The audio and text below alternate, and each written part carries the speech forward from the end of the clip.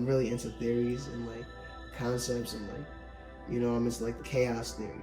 Like the chaos theory is literally like everything in the world is meant to be chaotic. So entropy. Yeah. So like if I clean up this room, it's gonna get dirty. It's gonna get dirty. If I make this plate, it's gonna get broken down, mushed, and be destroyed. You know what I mean? Like everything eventually is chaos. Comb your hair, it'll get messy again. If I put this up, if I'm running around, eventually it'll go down. You know what I mean? It's literally nothing stays perfect. Right. If you live, you will die. Everything is chaos. 5, 4, 3, 2, 1, 0. Hi everybody, Boho Hobo is back at it again with another episode of Bindlism, a philosophy to a self-sufficient lifestyle. Today we'll be interviewing 20BandzGo.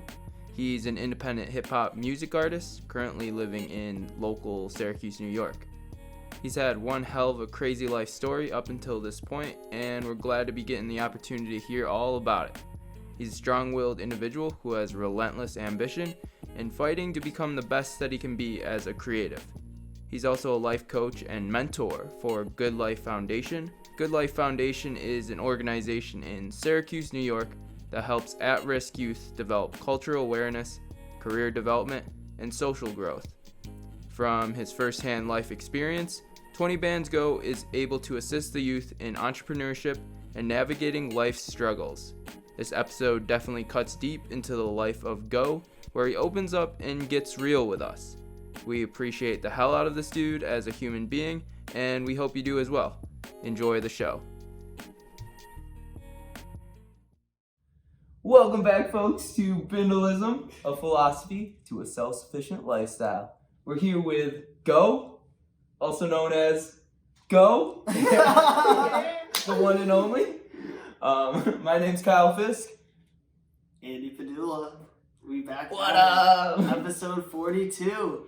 Yeah. We're here with our boy. Why don't you just introduce yourself, tell everyone who you are. We'll get that right out of the way. What's going on, man? It's the Silk Samurai, the Do-Rag Dragon, the Virgonian Vagabond. 20BandzGo. 20 Bands is the label, Go is the name. You dig? So what is 20BandzGo? So 20 Bands is a label, and I've been trying to build it from the ground up for about like a year and a half, 2 years now. And it's really transformed in a lot of ways before it's gotten to this point right now. And pretty much I'm just trying to take it to a point where everything can be in-house. And 20 Bands was always a concept, and it could be metaphorical. It's pretty much a goal, anything you want to achieve, anything that you strive for. And so Go is the name. When I was growing up, me and my friends, I went by Gohan. They would all call me Gohan. Oh, nice. Dragon Ball Z. Yeah. And I went by that for a really long time. And just a couple rappers in the game, they just started going by Dragon Ball names. And it was getting weird, man. It was Kid Buu. There was Kid Trunks. Like it was weird. I just shortened the name. Yeah. So, okay. All my friends already differentiate. I short, like it. I like the way you're thinking. So And then the 20 Bands. yeah, and 20 Bands is the label. So like I don't even know. NLE Chopper, like No Love Entertainment Chopper. He has a name in front of the label. NBA Youngboy. Never broke again. Whatever. I think 20BandzGo flows nice. I got a couple members. Shout out to Jeremy Bands. Shout out Jency Bands. Shout out JR Flows, Aura. That's the gang. E-More, Bevy. Those guys. We're from the city. Yeah. So where are you from? Like where's young? Can I even say your real name? No, I'm sorry, bro. Like I'm mad sus about my name, man. I don't know. I've been like that for a little while. Like, and it's weird because when I moved into the Gear Factory, like All right, we'll leave it out. I told you my names, but Mm. for on a real tip, like, just when I started like taking music seriously and stuff like that, that's when I decided like, yeah, I don't want to share my name. Like, you know what I mean? Like, just Dude, that's so fair. yeah. I respect that. Yeah, just in case I need to disappear at any point in my life, you know. You're so right. Okay. Where are you from? You're talking about the city. Right. We're in the city. Where So, from? I'm from the Bronx, originally, born and bred. Man, it's been a crazy trip. I'm not gonna lie. So I was born in Jacoby Medical Center, and it's a big campus. It's like also. Is that in the Bronx? Yeah, it's also Albert Einstein College of Medicine. So it's really big, and it stretches from Pelham Parkway to, I think, Castle Hill. Oh my God, I'm so terrible. I'm sorry if I'm wrong. Actually, You're fine. I mean, I'm definitely wrong. Someone from back home. Like, Morris Park. I'm so sorry, Stefan, bro. You're probably looking at me so crazy right now because he lives there.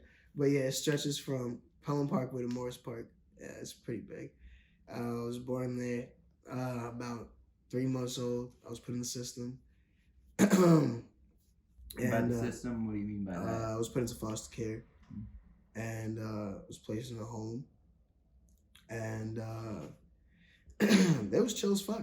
No lie, they were cool, man. The family. So you were there as like an infant. Yeah, and they also had like 3 of my siblings. Oh shit! Okay. So 2 of my siblings, right?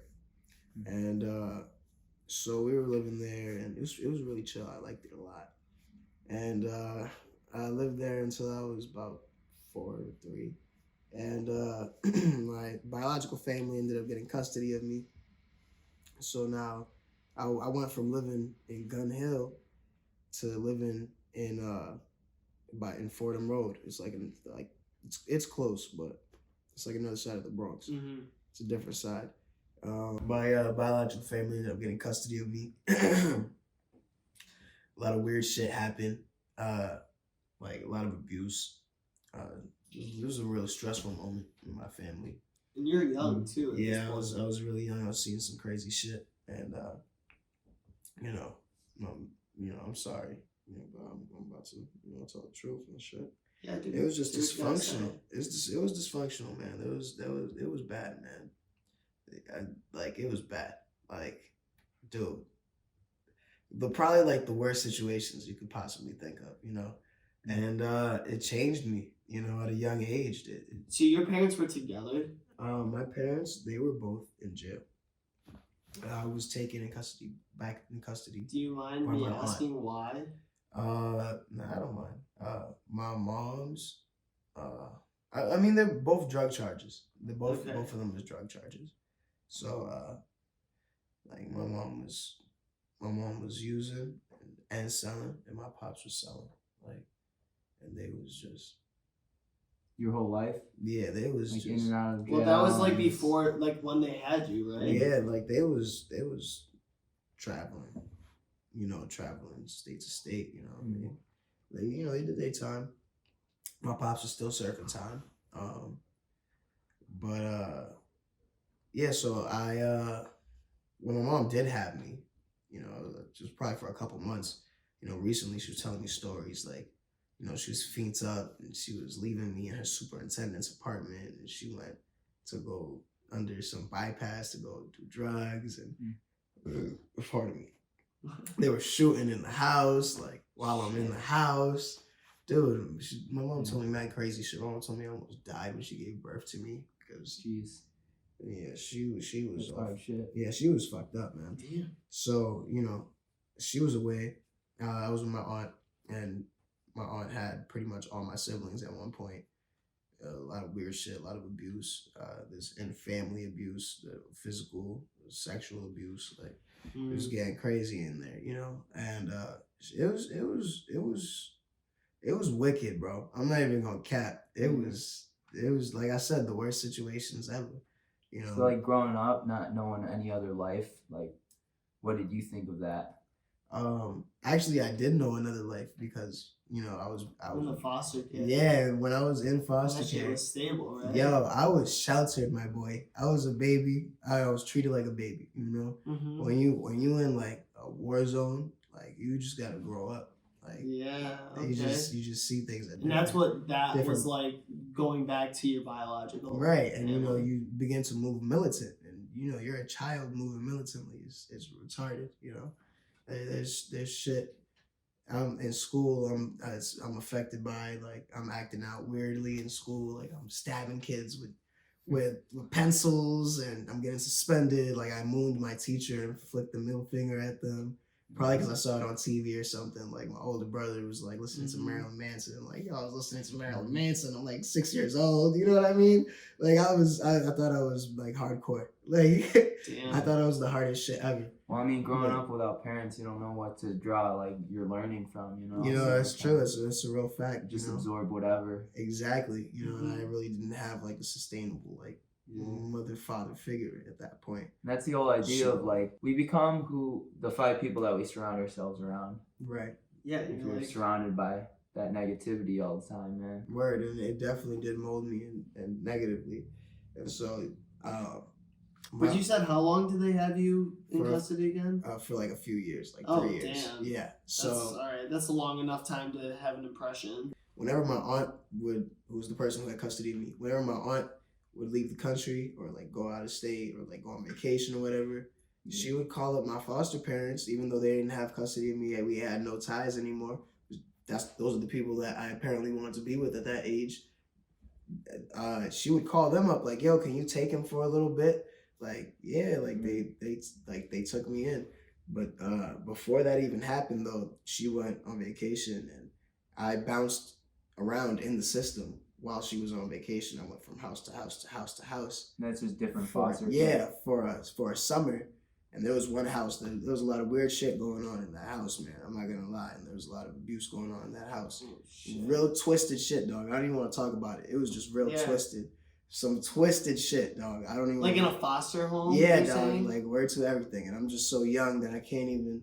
I have no recollection of who the person is. All I know is what they look like. You feel me? And what time in my life this twisted shit was going on. Mm-hmm. You know what I mean? So, so now, apparently I didn't like that, calling up my old foster parents, So, for a summer I get to stay with them, the whole summer. So, it was awesome. I have to go back though, school, I have to go back. Mm-hmm. So now that you're grown and you're like conscious of like all of that. Now I'm like 6. I'm like 6, almost 7. I know what's going on at this point. Like it's Well, what is your take on it now looking back? My take on it then was I grew up in like all the houses I grew up in were like all severely religious, and there's just so much fucked up shit happening to me that I was so against religion for a long time in my life, like just because like the most religious people did the most fucked up shit to me. So I don't know. It really gave me a real twisted look on it. But looking back on it now, it's not even everything, but it definitely molded me in a few ways, both negative and positively. But man, what are the positives that you got out of it? Just experience, wisdom, strength. Yeah, because now you can probably handle whatever. Yeah, endurance. Yeah, Mm. Things like that. It changes your perspective. So would you say, where you're at now, like life's a lot less shitty to you?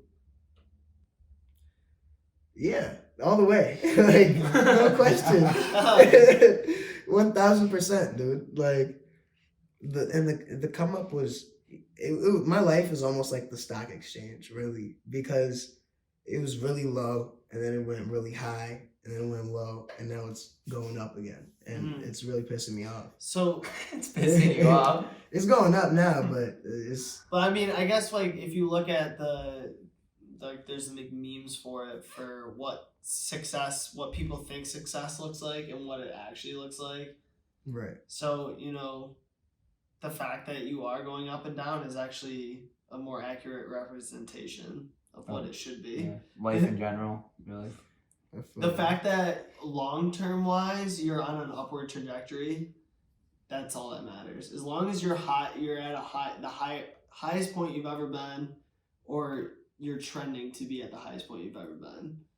And even like you said, you were able to get some value from like going on the lows. Right. My lows were crazy.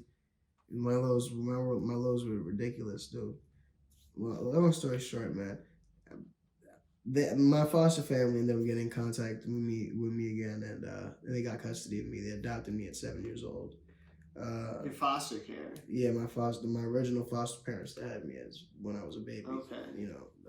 My aunt didn't fuck with us, and I guess she didn't fuck with us. Like, she got rid of most of us, and we all went separate routes. Mm-hmm. But when I was in there, man, there's some crazy shit happened, man. Family members holding up guns to our heads and shit. Crazy, ridiculous shit that no child should ever go through. By that time, now I'm damaged. You know what I mean? Mm-hmm. So I'm growing up, like I'm tensing. I'm getting tense with the relationship with my foster parents. They're starting to resent me. Like I'm fucking up the bond we had. And it can't even be helped. Like it's not even something that's like. It's almost like instinct. Yeah. Like you're just fucking up. Like, you know what I mean? My mom, she's getting old. She's in the hospital. I'm a teenager. Me and my pops were beefing. Dude, like he put his hands on me. I put my hands on him. And ever since that day, I was like 15. It kind of like soiled our relationship. Mm-hmm. And we've been on the outs until New Year's. I hit him up and we talked a little bit. We're good now, but our relationship just got severely worse and worse as I got older. Yeah. Okay. And it's that like power struggle between the two. I was sheltered at a young age by them. They knew all the fucked up shit that was going on in my life, so they did their best to try to shelter me, but it was too late. I was already corrupted. At that point, I already seen everything. So I remember the day everything changed for me because I was like 15, and they already caught me smoking weed. I was 15. I wanted to go to a concert. It ended at like 12 or 1 o'clock in the morning, but she wanted me home at 11. I was like, if you're not coming home at 11, you can't come home. I'm just like, I'm leaving, and you're gonna open the door for me. And I just left, and I came back and she opened the door for me. I really. Yeah, I knew you. But ever since that day, she knew I had free will to go out there. And I knew that I could just go ahead and take that. That now I'm starting to go out. I'm in the streets. And that's when everything changed to me. There's a whole new world in the streets. In New York City. There's endless possibilities. Right, everything changes. So when do you move to Syracuse? Oh man, that's way later on. Oh, okay. That's how old are you right now though? 24. I don't know. I have to think about that.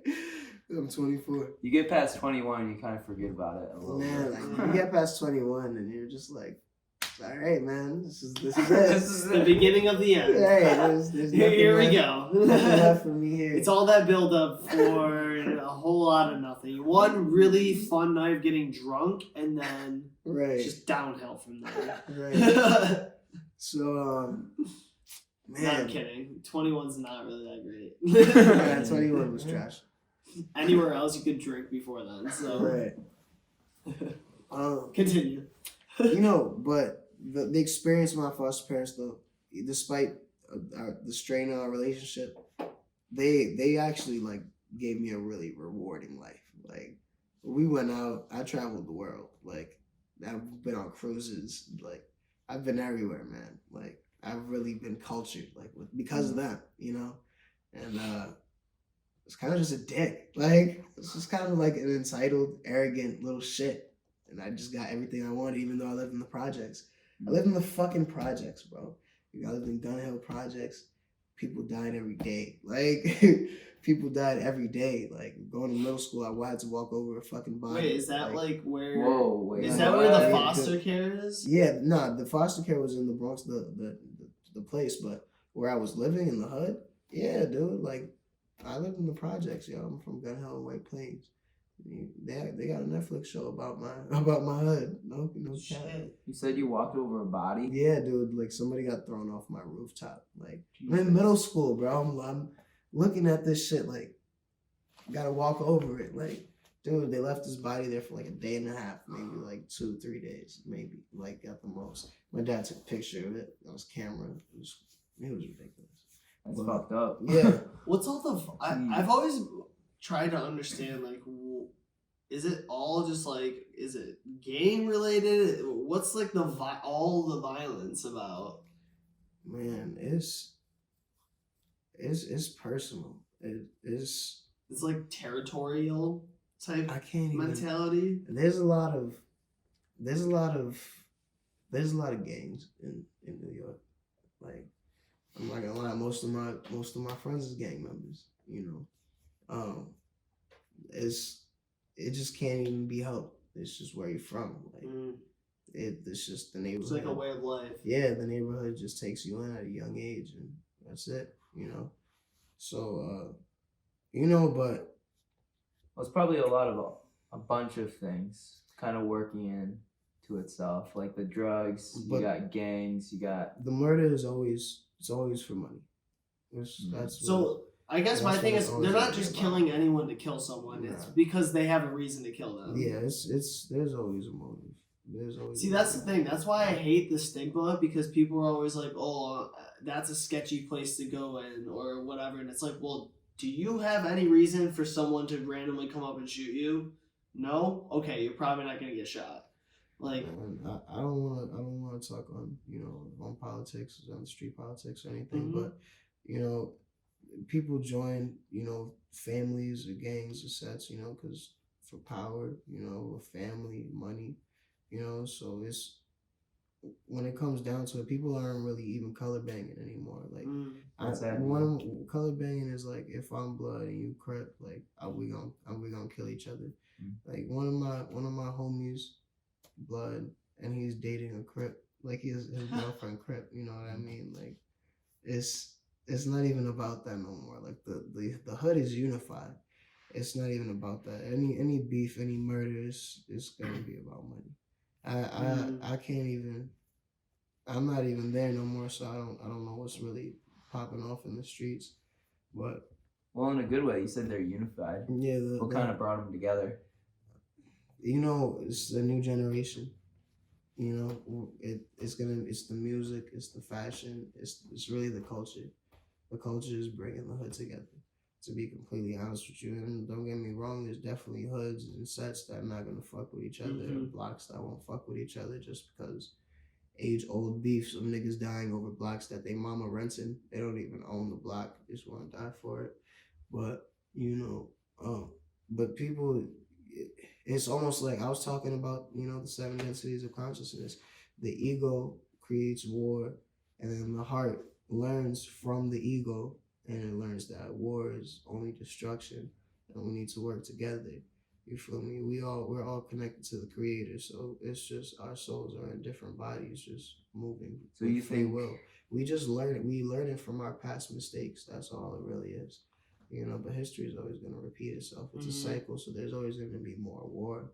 War is is bound to happen. It's like an inevitable. It's inevitable. The hood is unified, and now we're all close and we're close together. But if tensions arise, like it could spark something crazy. But like I said, the new generation, we're very connected. The social media, we all went to the same schools together.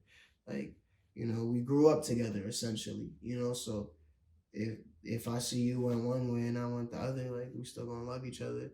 If they see that I'm wearing a suit and they wearing a flag, and we go on the basketball court, we both gonna be wearing sweatpants and shorts. You understand? Like, we grew up together. We chose our own paths, but we still connected. We still got that bond. If you real and you 100% and you don't fold, then you safe.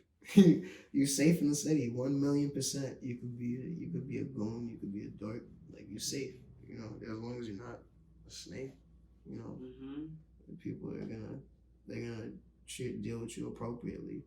But to talk about the levels of consciousness, do you remember the 7? I don't remember all of them by heart, but like one of the levels, one of the densities of consciousness, like I believe one is like the earth, like soil, like it's living but it's not aware. Like door 2 would be like animals, like give them a name. Like now they have awareness, they have free will, they have thoughts, and they can make moves or they can follow rules. They have that awareness to listen and receive that, and that's why we have such a close bond with the animals, because they're aware.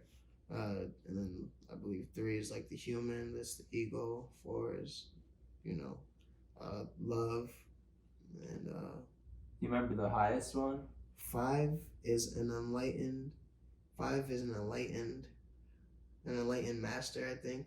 So people like Gandhi, Martin Luther King, like these are like the visionaries. Yeah, pretty much these are the closest thing to the creator in like a human body. You know what I mean? Because we're all just mirroring the creator. We all follow the creator. We just have our soul and we have our own free will. It's like, for example, it just blew my mind right now. Hold on, check it out. It's just like how, like, dimensions. This is like the multidimensional theory. Like, we can share a thought, but we can't see it, but we can all have the same thought and we can be on the same wave at the same time. It's because thoughts can be in another dimension. And you understand? We're vibrating at a frequency of ohms, so we're in the 3rd dimension. Our thoughts that vibrates at a higher frequency, so it's on a different dimension, so on different wavelengths. So we can't see it physically, but it's there, and we can all share it. So which goes to say, number 6 is I believe your inner me is your mind. So your inner self, person who talks to you in your mind when you think, that would be like the 6th density. And then the 7th. That's like when people say God's talking to me. It's like your conscious. Yeah, your consciousness. And the 7th density is your light body, your astral form. It's you, but it's your soul. Essentially, it's a beacon of light, and there's a little dot over your forehead. From that's where your 3rd eye is, and that's also the creator. That's the creator's form, but it's also your light body. You know what I mean? So I believe those are the 7 densities. Don't get me wrong, I might have fucked it up. I ain't read the book. You know what? You said it very compelling. Yeah, I didn't read the book, but that's pretty much what I can remember from it. I've been like just watching videos on YouTube of it.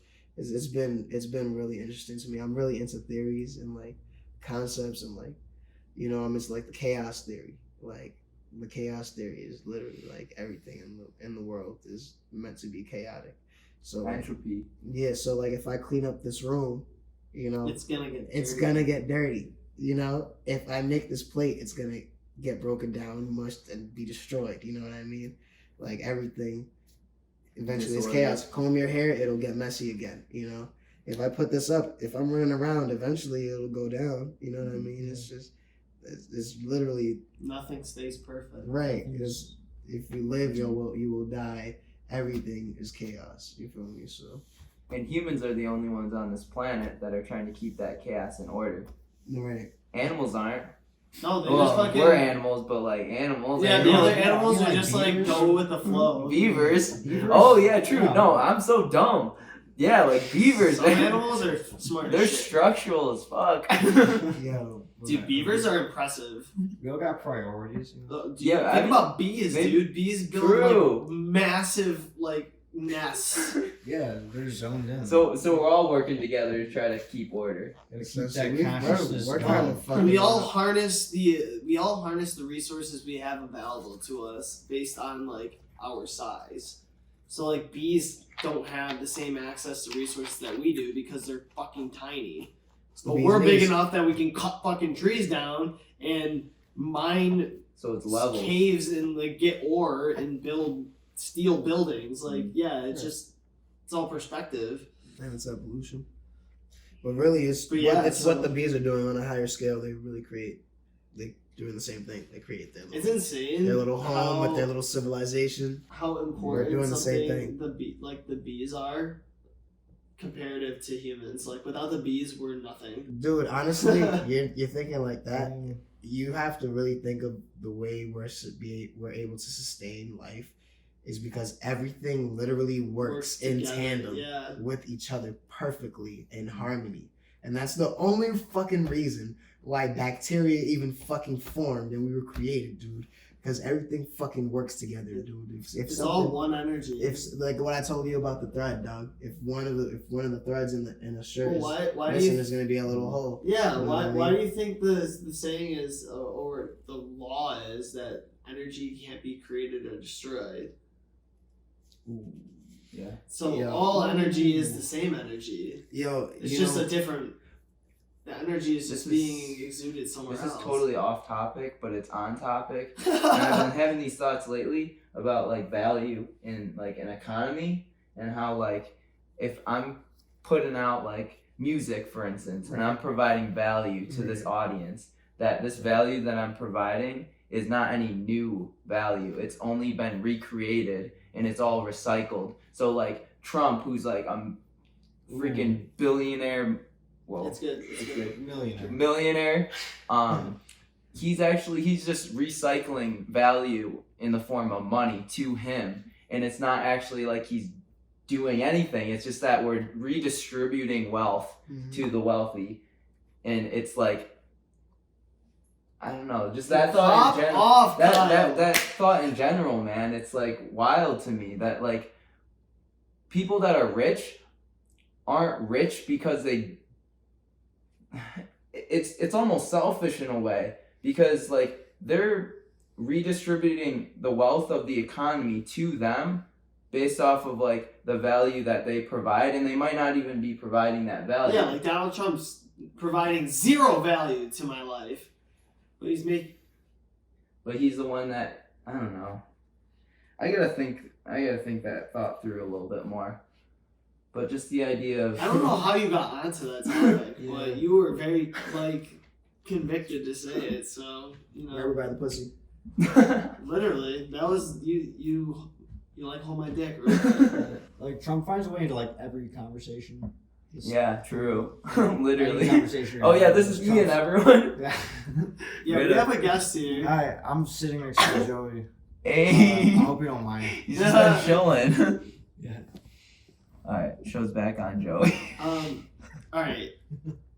I wanna talk a little bit. I know we just kinda got sidetracked a little bit. I wanna talk a little bit about how you got into music, what you're doing now, and kinda I guess how that kinda plays into your life growing up. Word. Right, like where you're saying that things started to go on an upturn after this shitty kind of early start to your life. In high school, I always loved music my whole life. It's pretty much music, anime, drawing. Those are the things in my childhood that kept me alive. So and skating. So in high school, I started a rock band, and nice. What was the band called? Arcadius. Nice. It was a Greek god's name. God of what? I don't fucking know. I literally just Googled Greek god names, and I just kept looking until I found one that sounded brutal enough. You know what I mean? That's like Post Malone. You know how he got his name? How do you make He's his name? went on Google and went into some name generator. I'm screaming. Got it. Yeah, but same. Imagine that day be like Post Malone. Right. Little did he know that name generator made him zillions of dollars. Right. So yeah, that generator needs a royalty. Yeah, I'm surprised that owner doesn't go after him. Right. So what was I saying? Your name, Archaea. Arcadius, yeah. So we were actually doing pretty well. We went on a couple shows, and it was I guess a metalcore kind of band. It was a core band.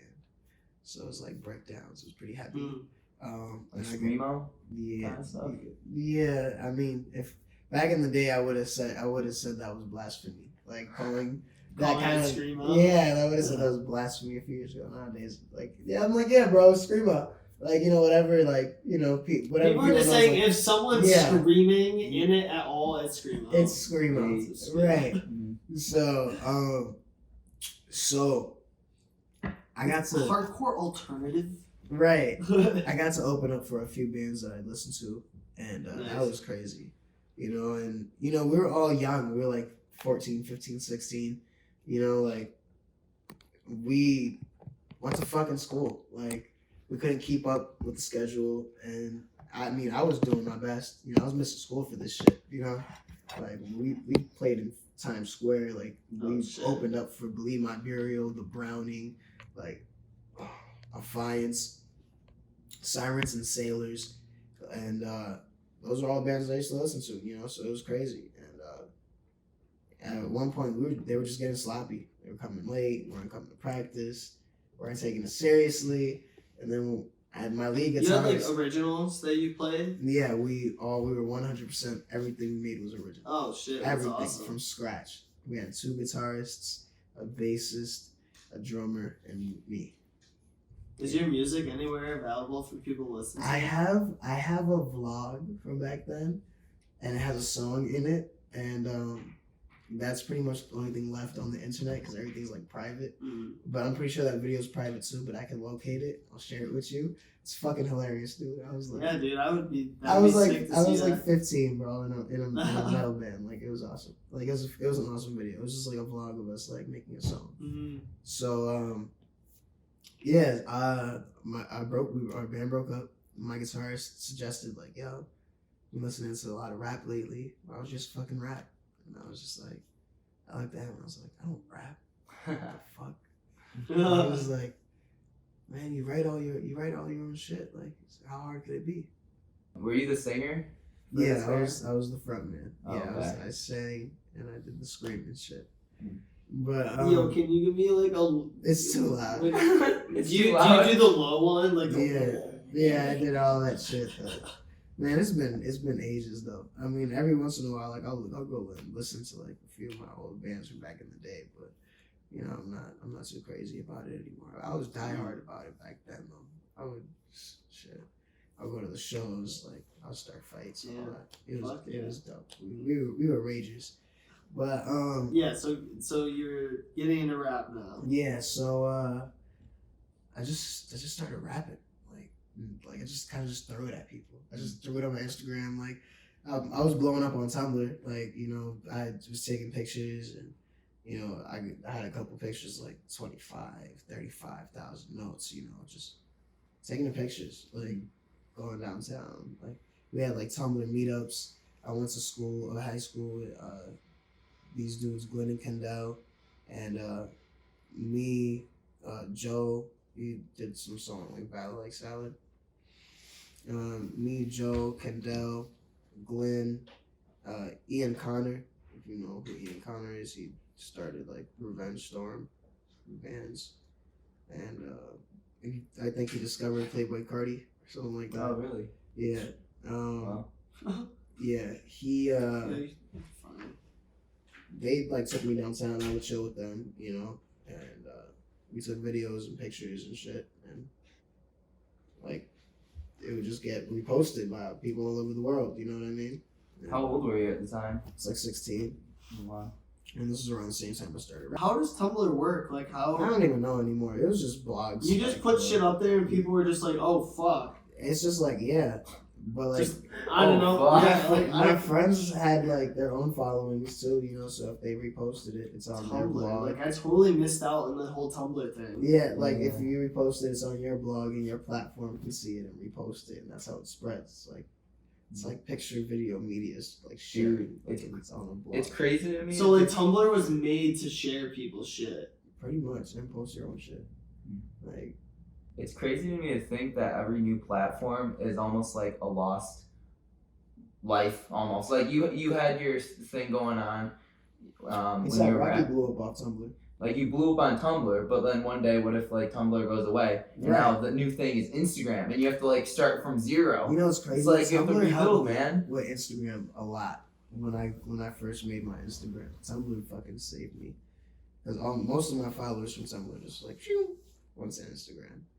But, yeah, so, you know, we were going downtown, we were taking videos.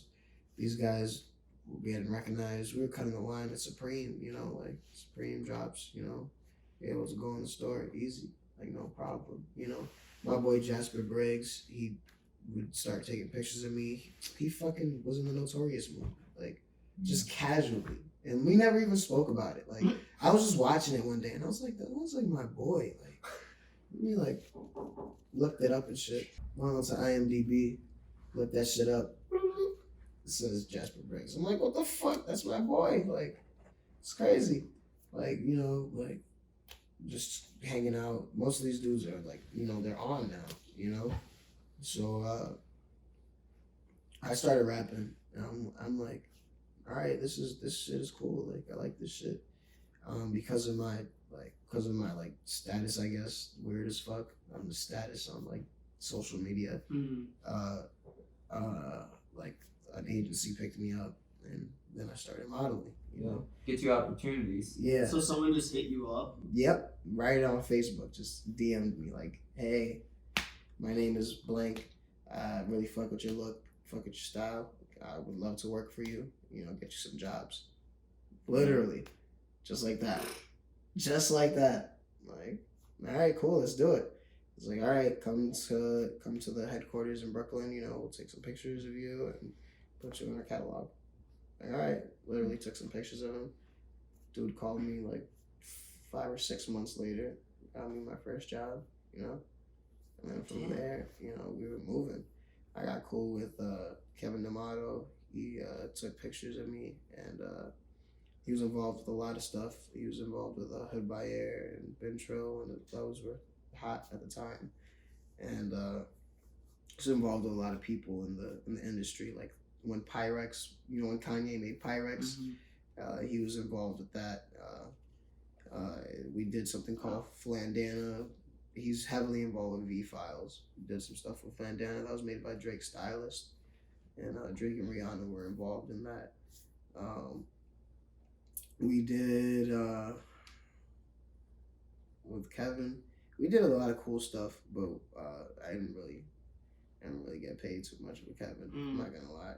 When I did stuff with my agency, though, I always got paid. Like I did, even if the campaign didn't drop, I still got paid. You know, regardless of whatever the fuck they did with the footage. You know, I got paid. You're just there to collect the check. Right, like, you know, and have a good time doing it, you know? Yeah. So, like, I did one for YouTube Music. We had a party, like, literally, we had a party. I'm in a warehouse in Brooklyn, and, you know, they told me to bring 5 of my friends. I got all 5 of my friends paid. Like, literally, we're all, like, 17, 18. Like, just getting paid good money to just chill, you know, and have a party. So, damn. Like, and I'm like, what do we do? They were like, just play music off of YouTube Music and have a good time.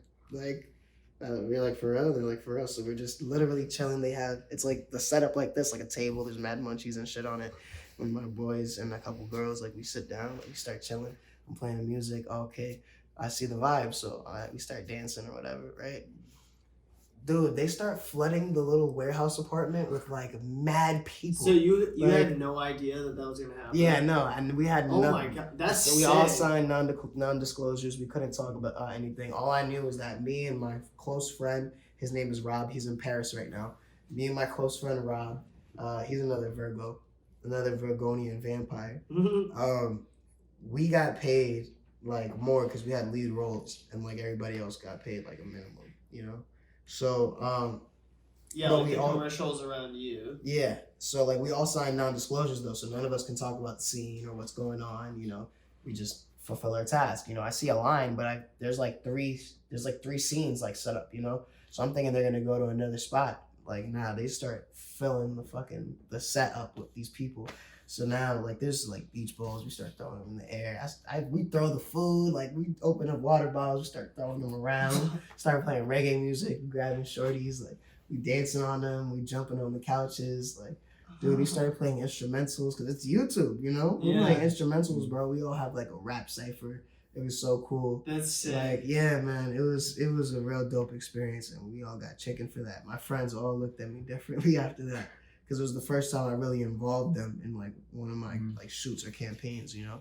So like they were dumbfounded. They got paid, you know. I got one of my friends actually signed up with my agency. One of them reached out to one of the people out of the 5 that I selected, which was really dope because they essentially got a job, you know. I got to do some jobs, and with every job I did, I got different connections, and I got to do things outside of my agency, you know, things that my agency wasn't getting a cut out of, you know, things that I just get paid cash for on the spot, you know, dope shit. Like I did Airwalk because I did YouTube music, and I met somebody that was like, yo, your energy is fucking retarded. Like, and he's like, he manages like Afropunk, like he does like the Afropunk festivals. Like his name is Jito. He's super tight. But we did Airwalk. We did that with my boy Twan. His Instagram is on lunch break. He's super dope person. He's on. He does like commercials for Nike and shit. Like, and he's just like a young kid like us. You know? All right. So while this is all happening, what are you thinking? Like, I'm like, yeah, I'm about to be on. Like, I'm about to drop out of school. Like, make money. Like, that's what I'm on. Like, I'm giving my mom money, dude. Like, I was the whole time I'm not gonna lie, I was trapping. Like, I was on one. I thought I was the shit. I thought I was untouchable, to be honest with you. I really thought like how much were you making? I was on top. Do you not want to disclose? Nah, I could disclose. A shoot could go anywhere from 500 to 3,500. 3,500, not 35,000. 3,500. So, you know, and you're getting these at 16 once every. Better than working at Burger King. Right, once every 3 or 4, you know, you know, that's pretty sustainable. You hold yourself down. Yeah, and you ain't spend that much money. And I'm not gonna lie, like, I would just buy drugs and sell them. Like, I was flipping the money. But I wasted my money a lot in the studio, to be honest. All my money went to studio time and trying to impress hoes. Like, I was fucking retarded. Like, I was so stupid, you know, because, like, and, you know, I'm looking at it now, like, I'm doing financial advising and I'm doing a bunch of stuff with kids, you know. And if I had shit like that growing up and I was touching all this money, dude, I probably would have had, like, 4 laundromats. No lie, dude. Like, fuck my dreams. I would have just bought 4 laundromats. Like, no lie. I would have been comfortable. Like, 18, 4 laundromats. I got 5 managers. They're all old. They work in them. Like, you know what I mean? Like, you just set the show phase every once in a while. Yeah, but when you're young like that, you don't understand. You don't see the other opportunities there are. And I lived in New York City, so I didn't even think, let me go buy a car. Right. I didn't even think any of that shit, bro. Like, I moved out, like, 16. Just like get the girls, get the money, move out. Get the drugs, whatever it may be. You're right. Move be out. on your own. Party. Right. Party, do a shoot. Like, this shit is going to be forever. This shit was not forever, dog. Like, this shit was not forever. Wait, how long did that take before you realized that shit wasn't forever? You know, it wasn't until I wasn't in the city. Some crazy shit happened. I don't even want to get into it. It was street shit. Some crazy shit happened. Man, statute of limitations isn't over yet. But damn, okay. I got cuffed, but I didn't go to jail. I didn't snitch. It was just first offense, no evidence, no trial, you know? So I got sent, and mom didn't hear from me for like a week, you know what I mean? And I just told her, like, yo, I told her what happened. I wasn't completely 1,000,000% honest. Sorry, mom, if you listen. But she was like, yo, you know, like, you should go live with your biological mom, you know, in Philly. Maybe you could have a nice little reset, you know? So now, for the first time in my life, I moved to Philly, and I'm living with my biological mom, you know? She's working in New York City, you know what I mean? So I'm alone in this house. Monday through Friday. I'm 16. I just moved out of my apartment with my friend because I got arrested doing some fuck shit. You know what I mean? I had to go, and he was on the run. You know, so I'm doing some fuck shit. He's on the run, and you know, respectfully, you know, I just had to just go on my own and just do my own thing. You know, he's definitely family, you know, to me, and he will always be family, but you know, he was just dealing with a lot of demons, and you know, I just had to separate myself. You know, he did his time. He's out now. You know, we share messages back and forth to one another, but you know, we just got different ideas and different views. You know, so you know, No hate though. Yeah, no hate. You could love somebody from afar. You know what I mean? Yeah. So that's what it is. It's all love. But it's all love. But he was just dealing with some shit, man. I couldn't involve myself with it. So I had to go. So I lived with my mom's, and she was never home. And I was working in a family business, and the family business was fucking paying me $4 a fucking hour because damn. Yeah, it wasn't $4 an hour. It was really $30 a day. But with the hours that we were working and the amount of money that we were making, I did the math, and it was $4 a fucking hour. And the reason why he was doing it so cheap is because he had a bunch of fucking dope heads and fucking crackheads that he was paying in dope or crack. You understand? Like, so it's like, he's like, these guys are all under the table then? Yeah, and he's like, these guys are fucking stoners probably. So $30, they get the little eighth for the day. They good. You know what I mean? So, you know, and like they know like they sell them the weed too. So it's like they gonna give us the $30 right back. You know what I mean? Like, yo, the way they had that block on Monopoly, like it's not like that no more over there. But Philly, man, you gotta have that block on Monopoly. Every block has like an OG, and every OG owns that block. All the drugs, everything is moving through the OG of that block. Nobody else. If anybody else wants to sell something for themselves, they're probably gonna get shot. You know, so it's not really like a lot of really gangs in Philly at all. I'm sure there are gangs in Philly. Yeah, it's mostly blocks and communities, right?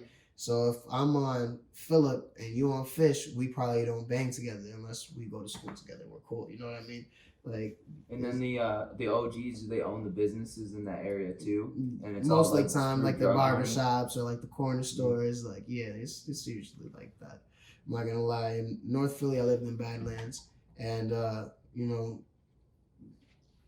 it's it, man. It's Badlands. It's just crackheads running around. Like, there's people getting shot. You know, it's still the city. It's still a city of brotherly love, though. I'm not gonna lie. Philly was. I've experienced. Do you like it better than the city? Dude, when it comes to like just the weed, nah, and like the time shit closes, nah.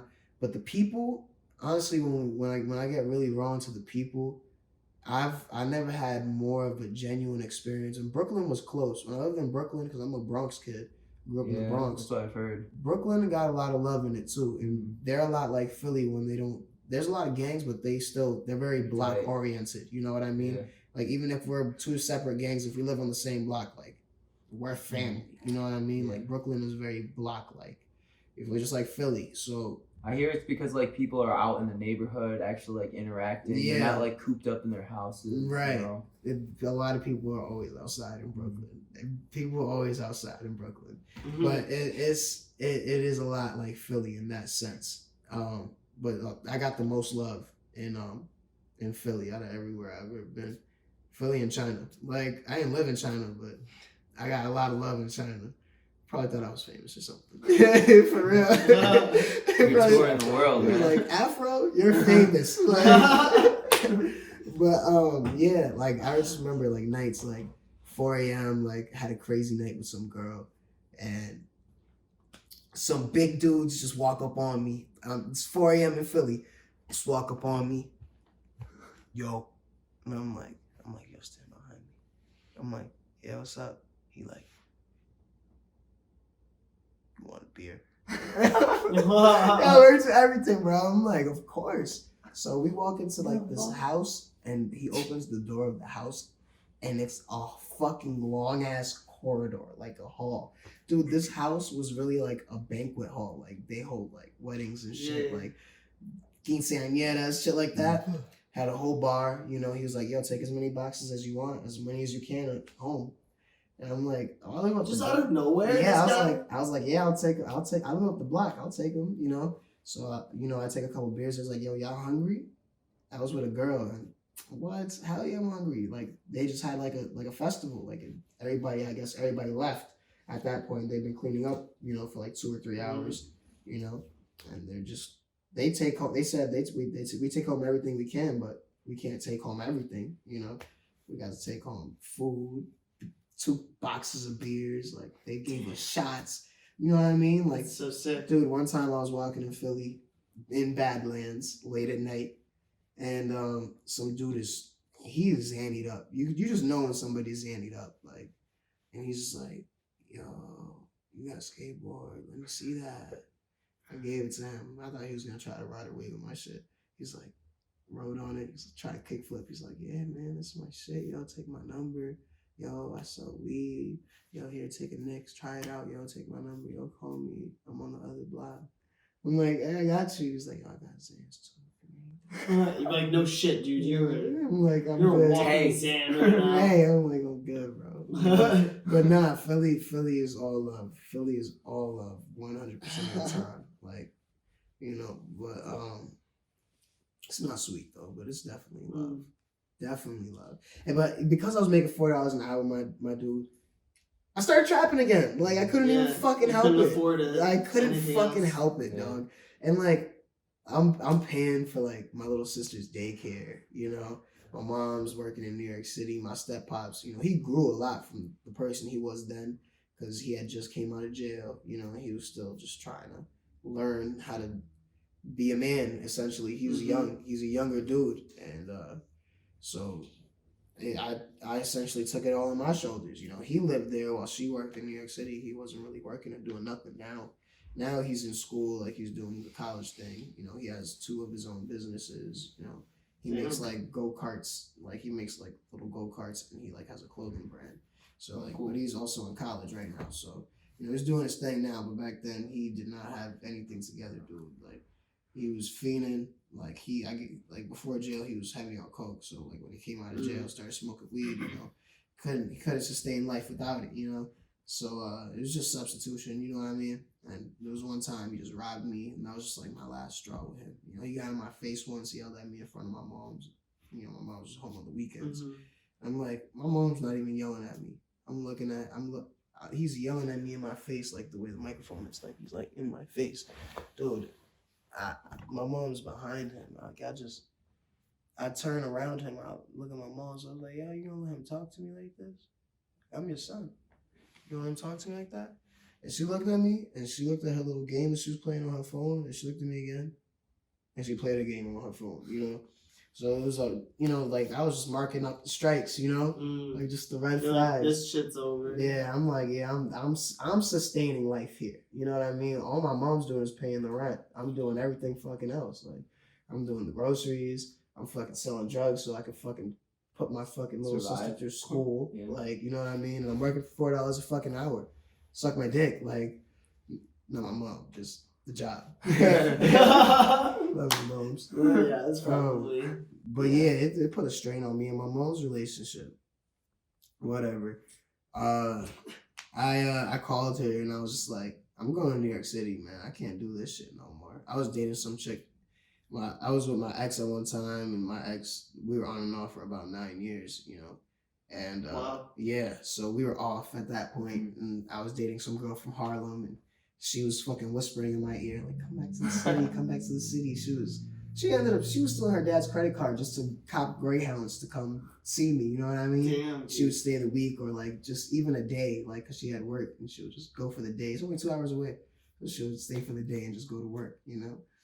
So she was whispering in my ear, and you know, my step pops robbed me. That was my last straw. I'm like, fuck this shit, I'm going back to the city. Dated her for a little while. She fucking broke my heart into smithereens, and she cheated on me. She really did me dirty. And now, you know, she be still trying to text me. You know, she's like, "Oh, I miss you." Dead. Right, right. Even my girl be seeing it. My girl be looking at it, laughing.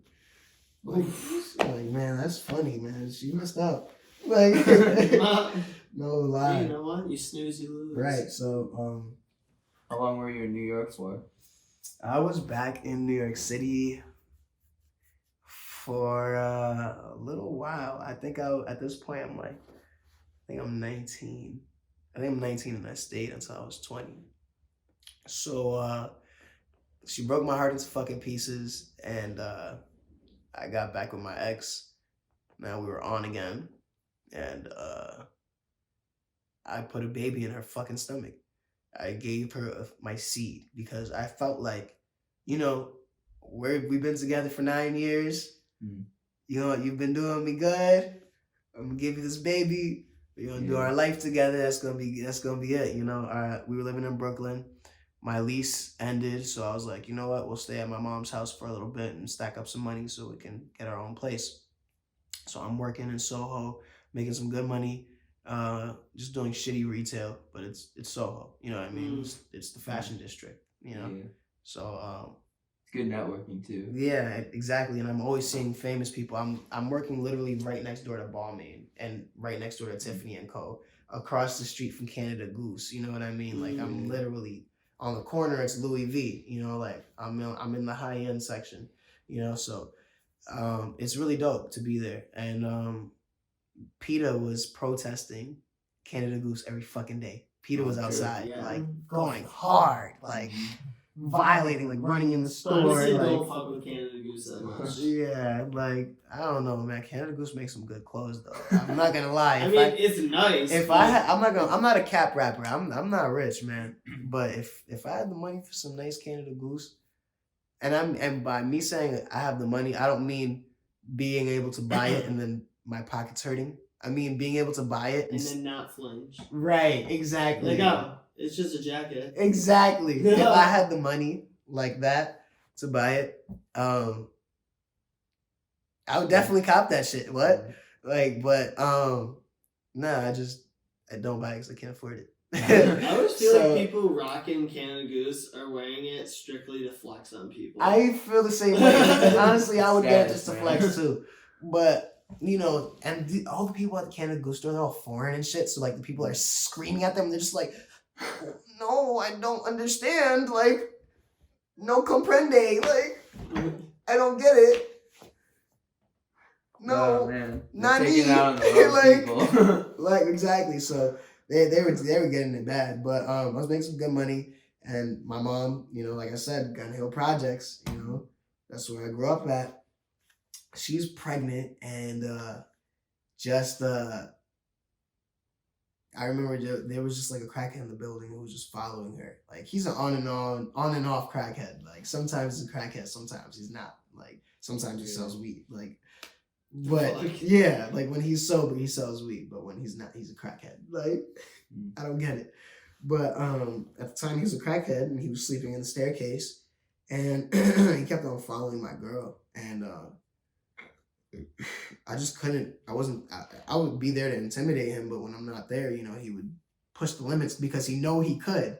He knew he could, and he would really fucking test me. Oh my God, I hate him, yo. When I see him on the street, when I visit my mom, I'll be wanting to knock him out, even though he's clean right now, because I know he's gonna be a crackhead in a few months. So you know what I mean? Like, and when he's a crackhead again, he's gonna be doing fuck shit. You know what I mean? Every time he smokes crack, he just does fuck shit, bro. Like, some people smoke crack and just hide in their houses. You know what I mean? Like, he smokes crack and does fuck shit in the building and fucks with everybody in the building, bro. Like, one time he was just jerking his dick off in the fucking in the stairwell, bro. And like, dude, my best friend's mom called him once. It was just like, get the fuck out of here! And he was just like running. Like, I'm telling you, bro. Like, he's all about the fuckery, my guy.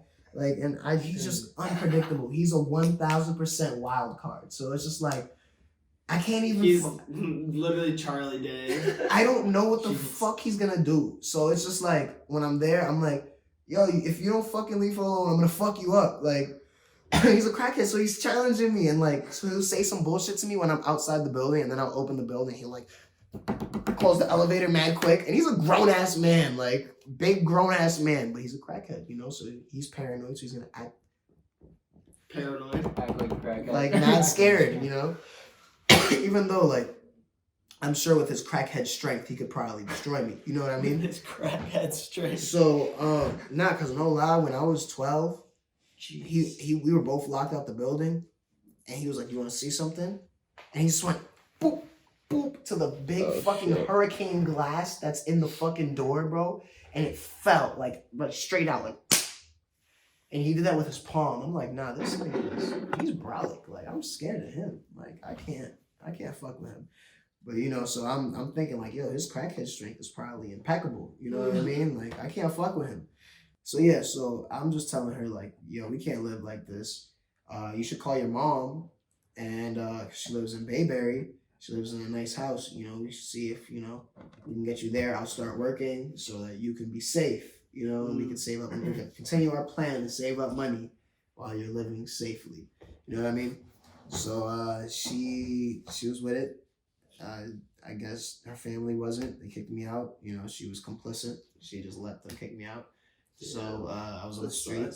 You know, I was on the street, and this was here in Syracuse, and I had a close family friend call me. He had a studio, and he was like, "Hey, man, you could sleep in my studio for a little bit, do some construction, make some extra money, so you could save up for your house, So plan was still save up for my place. It was working construction. He owned a recording studio though, so he's like, "Yo, man, I can get you in there. You can do it. You want to do it?" I'm like, "Hell yeah, I want to do it." So he's just like, "All right, well, we'll start you at $25 an hour, and you can work your way up when you get better." I'm like, "All right." And I started running sessions. I stayed in the studio for 2 months, got my crib, tried to give my baby moms the keys. It's like, "Yo, move in with me. Let's do this. Let's make it happen. No, I don't want to live with you. You got a roommate." All right, cool. 4 or 5 months go by. Me and my roommate, we really rocky. End up kicking him out. I'm like, "Yeah, I ain't got no roommate no more. Come move in with me." I'm not ready. I'm like, man, 8 months go by. I got this fucking house. I'm sour. I'm getting upset, dude. I've relocated my life. Would she come visit you though? She would come visit me, but she wouldn't move in. Like she wouldn't. And I'm trying to have a family. You know what I mean? She'd rather live with her mom dudes. And it's not like she couldn't see her moms or anything, dude. Like I strategically bought my apartment to be 5 minutes away from her mom's, walking. Yeah. So. Yo, what the? Okay. Right. Strategically, she came to see the apartment with me. She liked it, gave her a key, never moved in. So I just remember one time I really draked it out. Like I got on my fucking knees in front of the carousel. I'm like, "Yo, move in with me." Little tears coming out of my face. I feel like a bitch. Like I'm crying, bro. I'm just like, "Move in with me, please." Bro, I was so pressed. Oh my God. You feel me? I'm just like, yo, like I always been in a situation where I never commanded my family. Somebody always had control of my family. I'm just trying to have a family. Never got to be able to have a family. Like, I just want my own. Like, you got that. You got the power to do that. Let's do it. She didn't want to do it, She told me she was, and she stayed with me for a week. And then she just ended up telling me, like, I'm not going to do this. I can't. Sorry. And, man, when she went home, I just remember texting her, like, this long fucking paragraph. Dude, I was so bitter at that point, Lived on the fucking street for you. Like, oh, my God. Like, I spent all this fucking time. I left my fucking hometown. You got me really feeling sour right now. I should be. Dude, I just remembered something. I gave up on a tour. I gave up on touring with Jay Critch, bro, to stay because she was 9 months pregnant. But what's crazy? I'm glad I stayed and I don't regret it, because if I would have went that week that I went on tour, she gave birth. So it was crazy. So I would have missed the birth of my daughter if I would have ended up going, because my daughter came a week early. But I really gave up on touring with Jay Critch at the time. He was bubbling, he was just bubbling up. You know what I mean? So all this shit, all these sacrifices I made, and I'm just like, at the height of my fucking modeling career and everything. Like, I Wait, left. why? Like, Why did she just all of a sudden decide that she wasn't fucking with you? I guess she just thought, she essentially just thought I wasn't ready. But she didn't give me the Where's chance she to living show my now? worth. Where's she at now? She's in Florida. Florida. We've been playing a game of cat and mouse ever since my daughter was born. Yeah. And I'm not gonna lie, like, you know what, let me get there. Then I met my girl.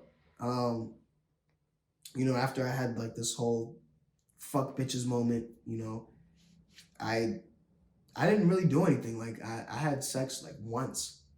Like, I had sex once while I was single. Like, because I spent like 9 years with her on and off, but 9 years, you know, and I had sex with someone. I had a threesome. It was. Was it worth it? I'm happily married. All right, that's just what I'm gonna say. And I'm sorry, babe, if you're watching this. Harmless guy. You don't have to get into it. Harmless guy talk. I promise. When I moved to Syracuse and I was starting up 20 bands, I had a driver, and he's just an older white dude, and he just saw my vision and he fucked with it. I gotta link up with him now because now I'm in Syracuse again. Like, we gotta link up because I know he sees my vision. You know what I mean? And he's just dedicated. Like, he had like at the time he had what you would call a bitch car, you know, and he was driving for Uber. I had him as my Uber driver. He let me smoke a blunt in the car. Like, we were just talking. Like.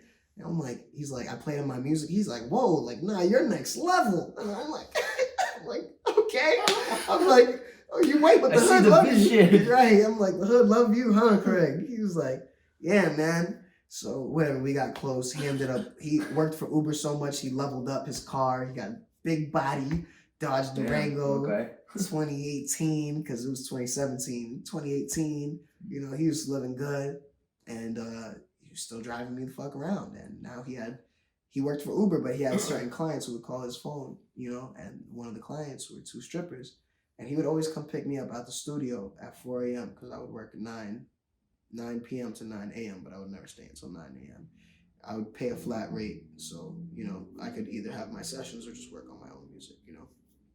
So he was like, yo, I got to come early tonight. I'm like, why? He's like, you got to pick up some strippers. He was like, don't be weird. I was like, why would I be weird? You fucking bozo.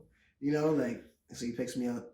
And he's like, don't flirt with them. Don't be weird. I'm like, why would I flirt with them? What's going on, Craig? Are you good right now? Like, you flustered. You seem flustered. Like, he's just like, you know, just play it cool, right? They're lesbians, okay? They're lesbians. And I'm like, all right, Craig, relax. So whatever, they come in the car and they're like, oh, I got my silky on, you know, I got box braids. And they look at me, they was like, oh, Craig said he was coming with somebody, but I didn't know he looked like you. And I was like, what you mean? One of them was like young, and the other one was like, and black. And I was like, what, you thought he was gonna come with like an old white dude? It was like, yeah. It's Craig. Yo, Craig sounds like a homie. He's the homie. Not once did I ever say the word stripper. Ever. Not once. But we were talking in the car, and I was like, yo, I heard y'all dance. Y'all dancers? That's what's up. Like, I make music. Like, y'all should jump in a video or something. And threw the soft Mac at her, you know. And she was throwing it right back. She was like, oh, I'll do anything for you. Like, I was like, word? And they asked me my age, you know, whatever. We exchanged numbers. I was selling weed at the time.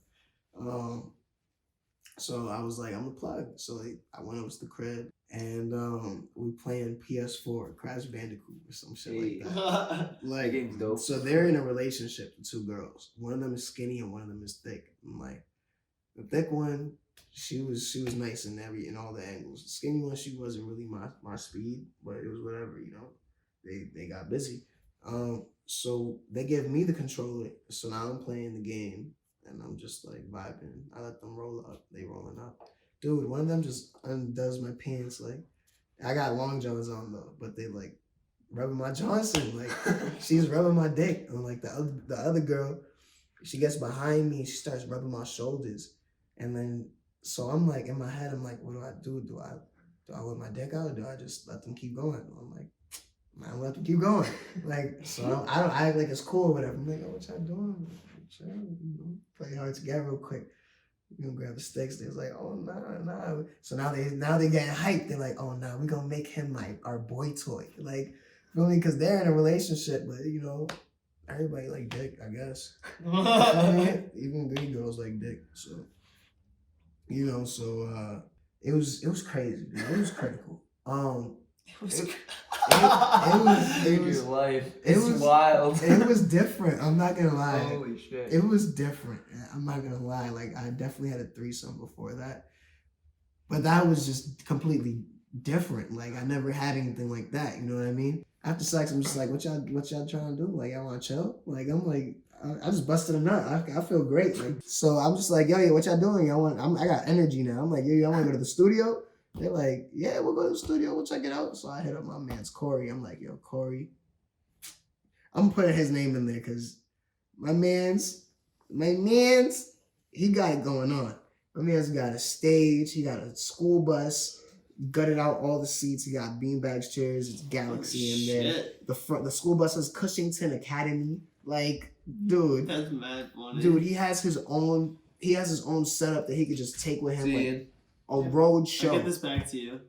Ian is out the building. Peace. He has a road show, like a road, like stage, lights, cameras, everything. Like he could just take with him. Like he's 1,000 fucking trillion% in-house, you know, like everything. He owns everything himself. But we go to his studio, me and him working on some music, they chilling there, they're like, let's listen to some music. And like out of nowhere, one of them grabs the keyboard and grabs the mouse, they put on some reggae music. And the one that I was feeling, the thick shorty, she put me on the wall, she started dancing on me. The skinny shorty started dancing on Corey, and my boy was happy. He was smiling. He's like, what the fuck? Who would you bring over with Corey's you? another Virgo. One thing you know about me is I'm not super big on astrology, but I'm super big with my sign. And I have a lot of Virgo friends.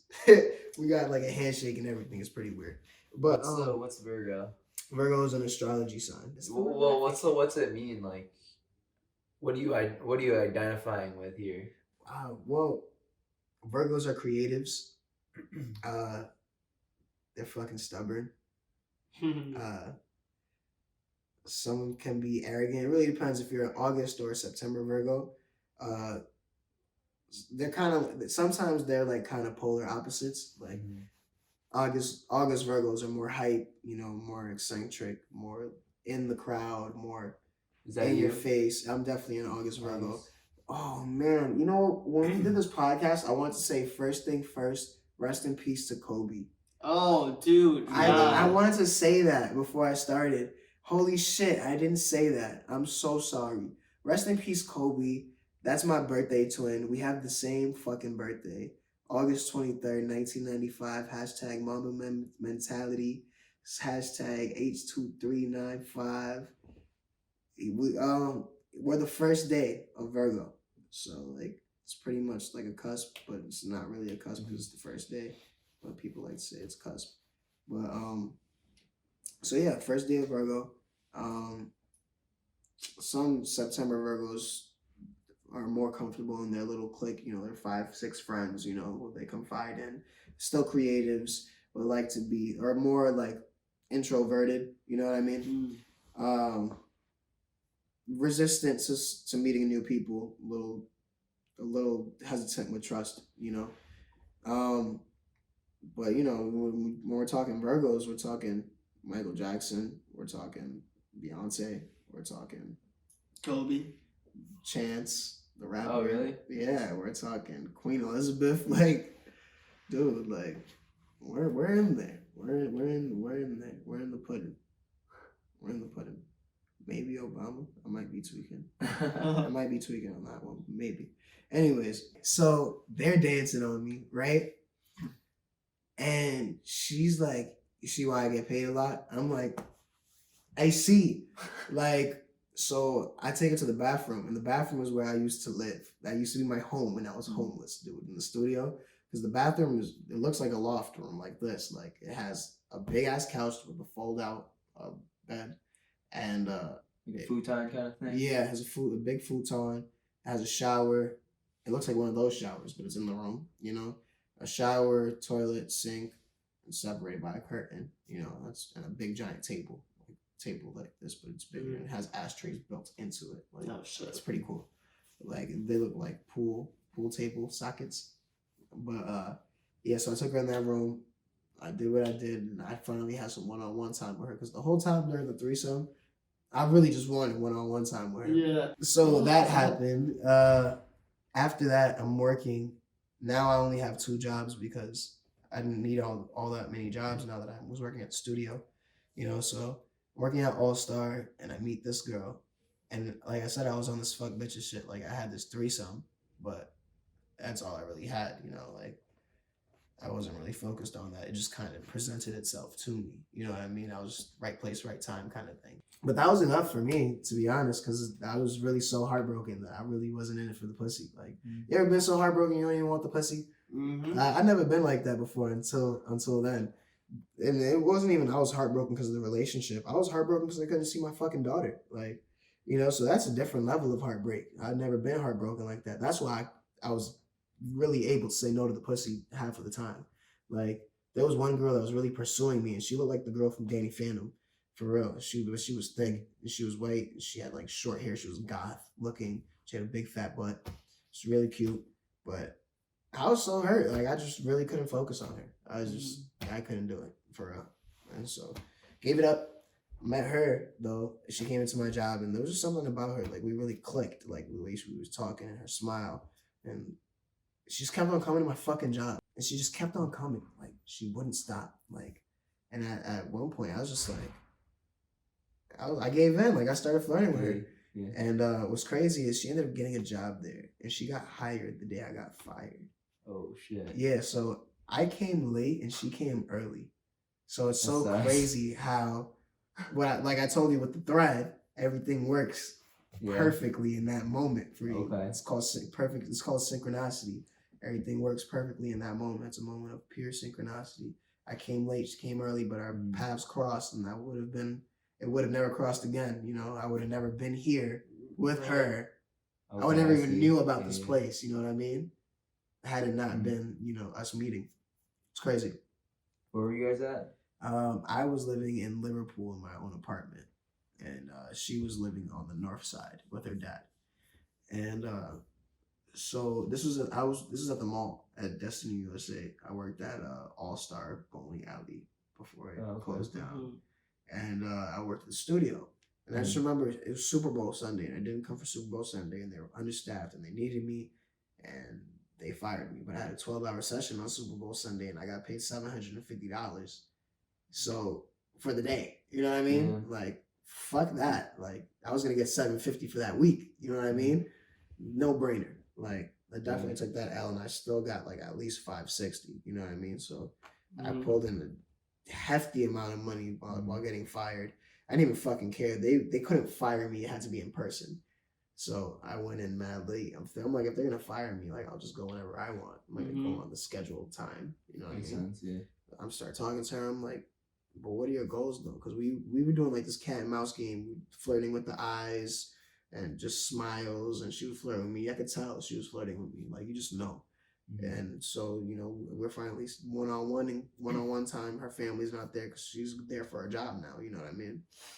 And I'm like, what's your passion? Like, just like I sing. I was like, I got a studio. Like, just crumpled up a paper ball, just threw it at her head and said Kobe. Like,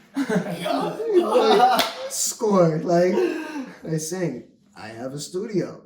I was like, you know what? After your shift, why don't you come? You know, you come by. I got a driver if you don't got a ride.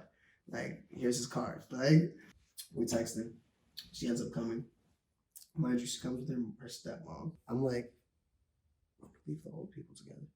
I'm like, all right, go downstairs. Like, I'm talking to her. I'm like, yo, come in the booth, sing for me real quick. And so we sit in the booth, lights off, I close the door, one-on-one. She sings for me. I'm like, yo, that's beautiful.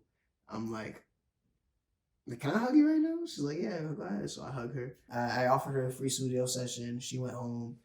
And, you know, that was the rest of that was the start of our relationship, you know? And she would always come over. She would call Ubers to my house all the time. Like, she literally would come all the freaking time.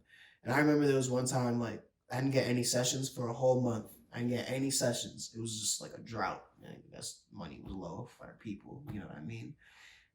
I didn't have any sessions, and I got fired from my job, so I was literally only supporting myself from the studio. And she paid my fucking rent. Like, she just paid it in full. She was like, I got you. And just paid it. Dude, I only knew her for a fucking month. Like, That's sick. and she just paid my rent out. And from that day forward, like, I was like, you a real one. Yo, I told her I loved her. I told her I loved her a week after that. And we just been rolling, dude. We just been rolling. For real. And I really do love her. No cap. She really compliments me. And she really helps me out with what I'm doing. Like, you know, like, coming out here, it was really slow paced for me, and she really helped me focus on, you know, becoming stable and really creating a foundation for myself. So, you know, she lived in Liverpool with me until my lease expired. I told you I waited 8 months for my baby moms to move in, so my lease was already pretty much up. You know, my lease expired. I went back to New York City again. You know, I went back to my mom's house with her. We had some awkward shit. I was still learning how to be in a new relationship. I was with somebody for 9 years, you know, had a whole child with that person. So I'm still learning how to be in a relationship. She was still learning how to be in a new relationship. She was dealing with somebody for 3 or 4 years, and she was like a little younger than me. So, you know, that was her first serious relationship. You know what I mean? How long have you guys been together? We're about to, next month will be 2 years, you know? Okay. So, Yeah, because you said the Super Bowl is when you like kind of met. yeah. The Super Bowl is what, this Sunday, right? Mm-hmm. Yeah. Okay. So, yeah, that was 2 years ago now, at Super Bowl. But, yeah, man, it was crazy though. We went to New York City, back to Syracuse, to Geneva, me and her. Like, we went through the mud. We slept in my best friend's car in his BMW because we didn't have nowhere to go. You know what I mean? Like, just bumming it as together though. Like, all right, we're gonna make it happen though. Like, we're gonna do what we had to do. We were both working. We just didn't have anywhere to sleep. You know what I mean? We both had jobs. We were working. We were saving up money. You know, and we did it. We survived. Like, we slept in hallways. Like, and this is shit I've never said to anybody. I'm just being raw with it on air. You know what I mean? Like, nobody really knows what me and her went through together just because we wanted to be together. You know what I mean? And everything was just telling us that we couldn't be together. And everyone that had the possibility for us to be together didn't want us to be together. You know what I mean? So and then it makes being together that much like more meaningful. Exactly. So we really went through the mud. Like, we pretty much slept wherever we could. Some nights we didn't have anywhere to go. Some nights we just chilled at my friend's house until he was like, all right, I'm wrapping up. It's 6 a.m. All right, now, cool, it's 6 a.m. We can go to my mom's house and chill at my mom's house, take a nap or something, you know? Like, you know what I mean? Like, we didn't have shit. We really came up together. But at one point, I went back to Philly, and I told my baby moms to come to Philly because she went to Syracuse or whatever the case was when I was in New York City. And she left for my daughter, and I knew it was coming. I knew the big leave was coming, you know what I mean? So I'm like, come to Philly with me, like, emergency, you know what I mean? She came to Philly, faked some love for her, you know, and it made me hate my life, you know what I mean? Like, because she sees her role has been in danger now for about a year. You know what I mean? Like, her position, her place has been in danger, and now she wants to be a part of my life. You know what I mean? It's never should work that way. Like, I literally made a scene for you out on my knees, like, begged for you. Like, you had over a year. You had over a year to be like, I want this family to work. So, you know, I was stern, and I finally said no. It was the first time I ever said no. And it's just like, I'm not happy with her. I'm forced to be here because I won't spend time with my daughter if I'm not here. Like, there's no way, like, me and my daughter's gonna get that time. In her world, that's not gonna happen at all. You know what I mean? So, and it's not even my justification. It's just the true reason for it. Because as soon as it stopped, she went to Florida. You know what I mean? Like, anytime there was tension, she went to Syracuse. She went somewhere. She went the opposite of where I was. You know, wherever I was, she was somewhere else. So, after that, that was pretty much it. I had to leave it all on the table with her. It was, I had to tell her everything. We spoke about everything, and we've been on a clean slate since. Me and her, we've been trying to keep it 100, 1,000 with each other. During that time, though, during the whole time of my losing my daughter and all that, I dropped 3 projects. One of them was great. Like one of them, because I dropped only one of them was on Apple Music and stuff like that. So that one got like the most attention because people saw like, oh, it's out there, like more attention. It's just I just didn't own the rights to everything, and I'm not gonna draw pieces of a project. If I'm gonna drop a project, I'm gonna drop everything. So I dropped 3 projects, and one of them got a really good response. Even before all of this, like when I was dropping music, when I was involved in the Tumblr stuff, I did a music video with A$AP Rocky, and I dropped it. Yeah, it's Multiply. I'm not in the song, but I'm in the video.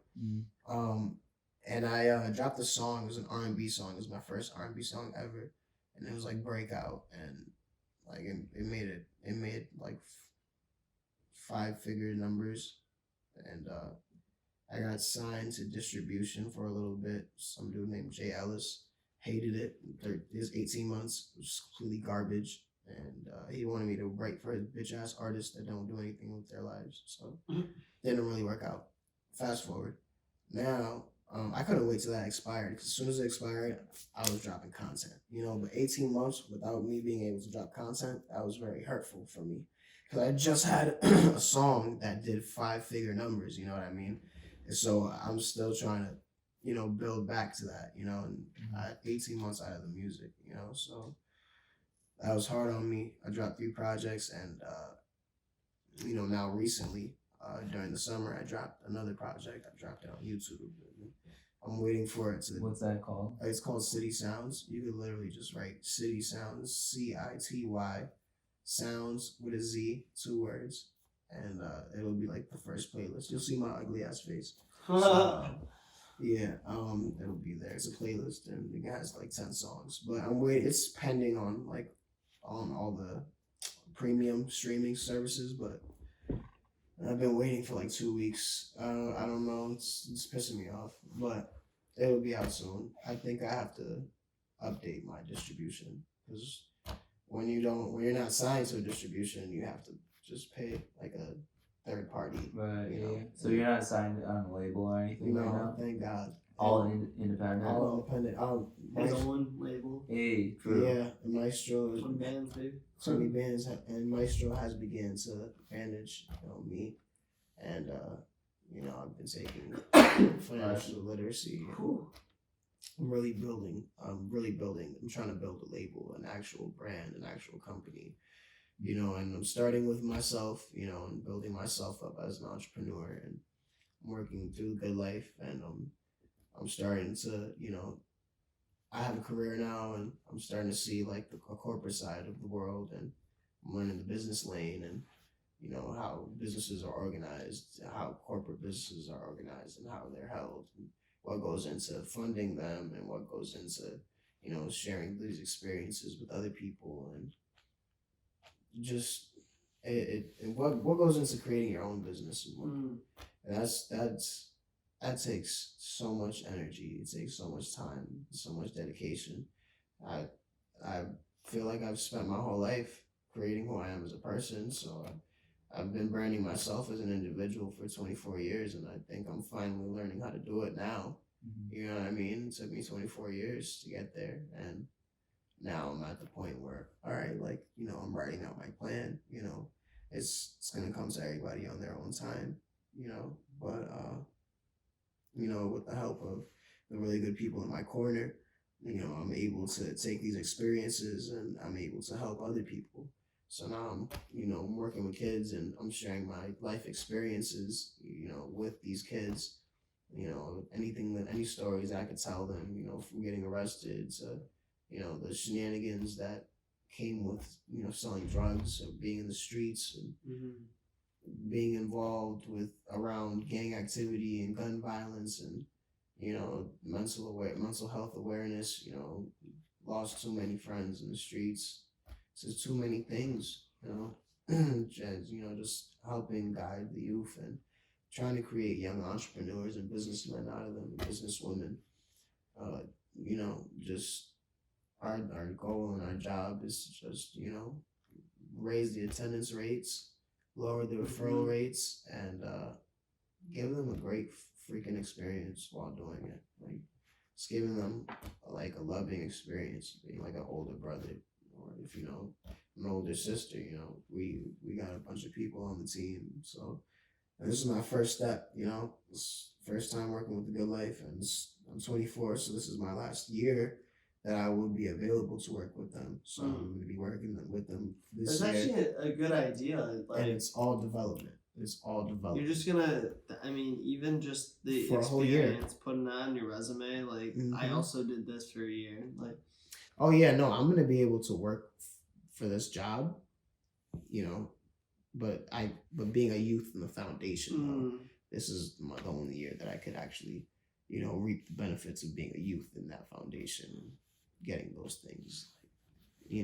Like for example, they're setting me up, they're giving me a laptop, giving me, they just got me a phone, but they're about to set me up as being one of the engineers in the building up the block that we're about to open up, so. given everything you've been through, and like the ups and downs that Life and is very unique ups and downs, like to anyone we've ever had on the show, and I think that's like you've brought really great perspective to kind of our journey, which is to explore and understand the human experience. So you're bringing a whole different perspective to the ball game, especially to anyone who's listening to this. Right. What would you say is like the biggest takeaway from everything, and like what do you feel like now being the person you are today because of it? Like, what are you gonna take with you to like better, have a positive impact, or right, like any impact at all on others? What I took away Yeah. from the experience and in total, because honestly, right now, every day I'm taking something new. Like the type of job that I'm in right now is I'm working with youth, and I'm doing restorative practices, and I'm a peacemaker. I'm doing things like that, of that nature. I'm doing therapy, and I'm talking. Yeah, because you're like life coach, Right. Trying to advocate for them. Right, exactly. So Social support. I'm learning things every single day. Like, I'm learning so many things, and I'm applying them to my life. I'm applying them to my relationships. And one of the biggest things that I'm taking away from everything is, there's two things. The first thing was the branding as yourself. I finally understood what branding was, as an individual. Yeah, branding's huge. What is it? And So we can kind of it's just, you branding yourself as an individual is your identity. Like every time you step out of that door, you're representing your brand. You understand? So you're representing exactly like what your logo is. Your logo represents your brand, so you can pretty much identify what your brand represents based off of how you move, how you act, your mannerisms. What do you do on a day-to-day basis? Right. What are some characteristics? What are some things that can label your brand? Or is it integrity? Is it is it prideful? Is it anger? Like, what are these things that identify your brand? As a person, as a human being. So there's that. And the other thing that I took away from this is just the restorative side of it, and seeing things at different angles, and learning how to speak. I think that's really important, learning how to speak. Like, when you enter, whether it be conflict or a conversation, you determine, however, that conversation, what direction it's going to go. You know what I mean? Like, you determine what type of tone it's going to be, and that's based off of the tone of your voice, is based off of the type of things you say, whether it's rhetoric or, sarcastic, like It changes the mood. the exactly. emotional It part changes of the it. entire energy a lot. A lot of things in Communication conversations. skills are paramount Dude, to just success in Underrated. life. it's so crazy. Like, and these things are so small, but when you really actually do them, it makes a huge difference.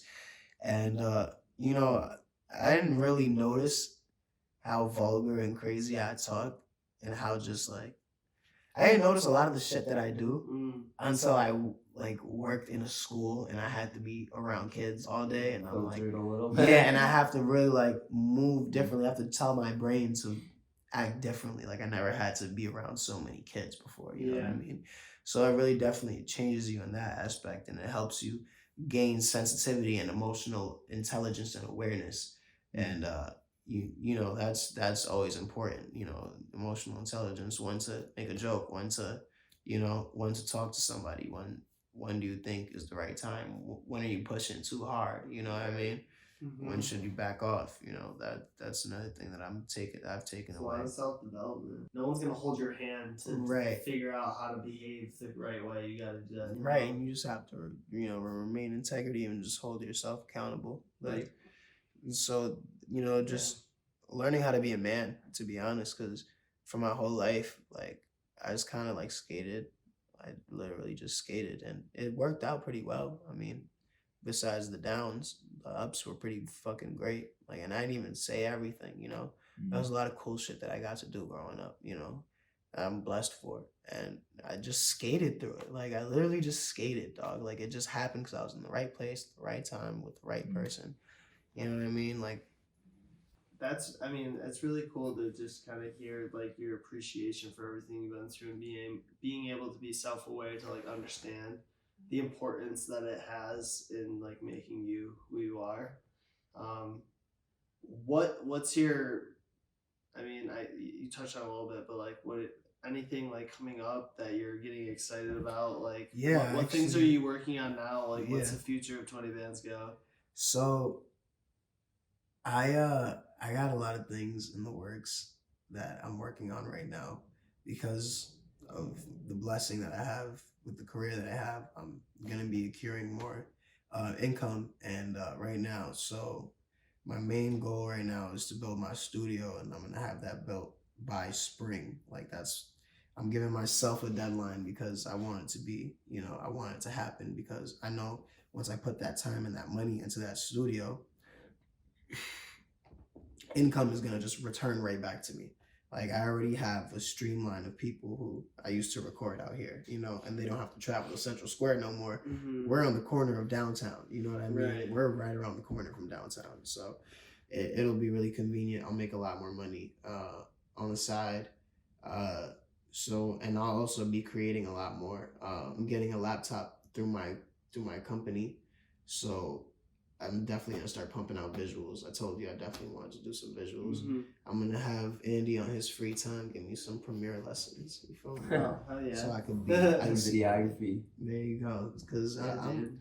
I'm good with editing, but I tried to use Premiere at Hobart College, and I just felt like I was reading like an alien language. It just wasn't working for me.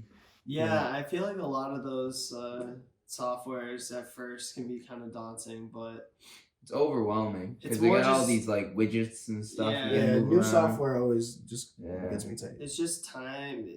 Spending Takes time. time and having things that you actually have to edit in it Right. in order Yeah. to like figure out You how need to use projects. Right. That's the best Yeah. way to learn. Yeah. Projects. it. And You can't learn on nothing, right? You need to have some substance. right, so I've been filming because my girl does photography, and I've done all my own videos and stuff, so I'm like trying to teach her what I know about filming, but so she's practicing, and we're getting a bunch of dope angles, and we're shooting so that when I get this laptop by next week, I could just start editing and start pumping out content, because the foundation, we have Premiere, we have all of the Adobes, like we have a bunch Yeah, of dude, you're set. yeah, so it's gonna be easy to just grab that and be able to work on that and cook on that. With the new studio, I'll probably be pumping out singles and stuff. I just want to get some visuals out before I pump out any more music. So I'm focusing on this music right now. Me and my girl, we've been making a tape for a while. We're not done recording, but we have about 5 or 6 songs that we just been saved and stocked up. It's gonna be called The Love Tape.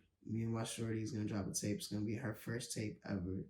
So it's a collaborative tape with me. We're not a group, but we're 2 separate artists, but we're in union together. So every once in a while, we'll be dropping little, side projects together, kind of like 2088. Yeah. So, I like it. Yeah, we're gonna be doing a collaborative piece together. Lots of pictures gonna come soon. I've been doing a lot of art.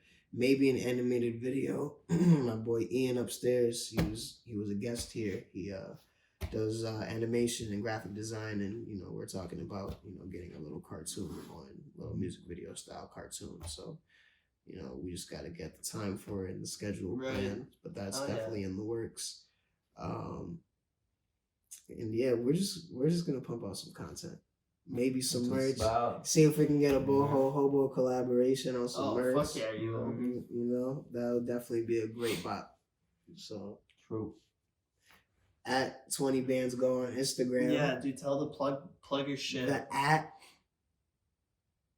You don't actually have to put the at. I'm sorry, but the number 20, the number 0. Bands with a Z. As I'm writing it, he's gonna put the letters underneath. Bands 20BandzGo with a Z. Make sure it's Z like Dragon Ball Z, bitch. Go. I'm dragging my balls on your face. Dragon Balls. But yeah, that's my Instagram. That's pretty much the only platform that That's where it's at. Yeah, that's the only platform I'm on ever. And there's always updates on my story. My story always got all the updates. All the tea is in my story. You know what I mean? So there you have it. Thanks again for tuning in to Bindlism, a philosophy to self-sufficient lifestyle. Be sure to explore other episodes of Bindlism on our Spotify and Apple podcast. You can find more Boho Hobo stuff on Instagram and Twitter at Boho_Hobo_, as well as on our Facebook page at Boho Hobo Lifestyle. It'd also be dope if you could subscribe to our YouTube channel as well. Our YouTube channel has more episodes from Bindlism in video form, along with other random shenanigans that we're up to. We're constantly filming new experiences, so it's one way you guys can stay up to date with us in our journey. So yeah, I guess that's it for now. Until next time, peace.